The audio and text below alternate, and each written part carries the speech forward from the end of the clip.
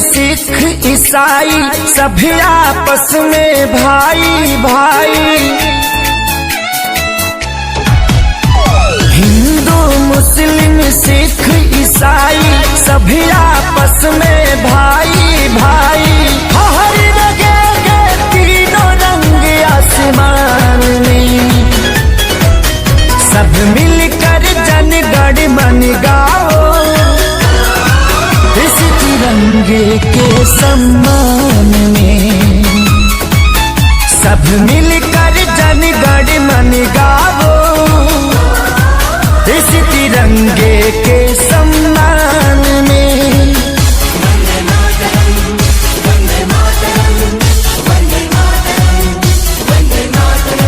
जिन लोगों ने दी कुर्बानी उनका हम पर कर्ज है।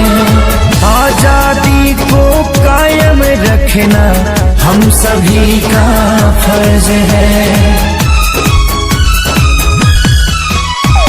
इसकी लहर में माँ की ममता बूढ़े बाप की सीख है। मासूम बच्चों की किलकारी विधवाओं की चीख है। दाग लगे ना भारत माँ के शान में, सब मिलकर जन गण मन गावो, इस तिरंगे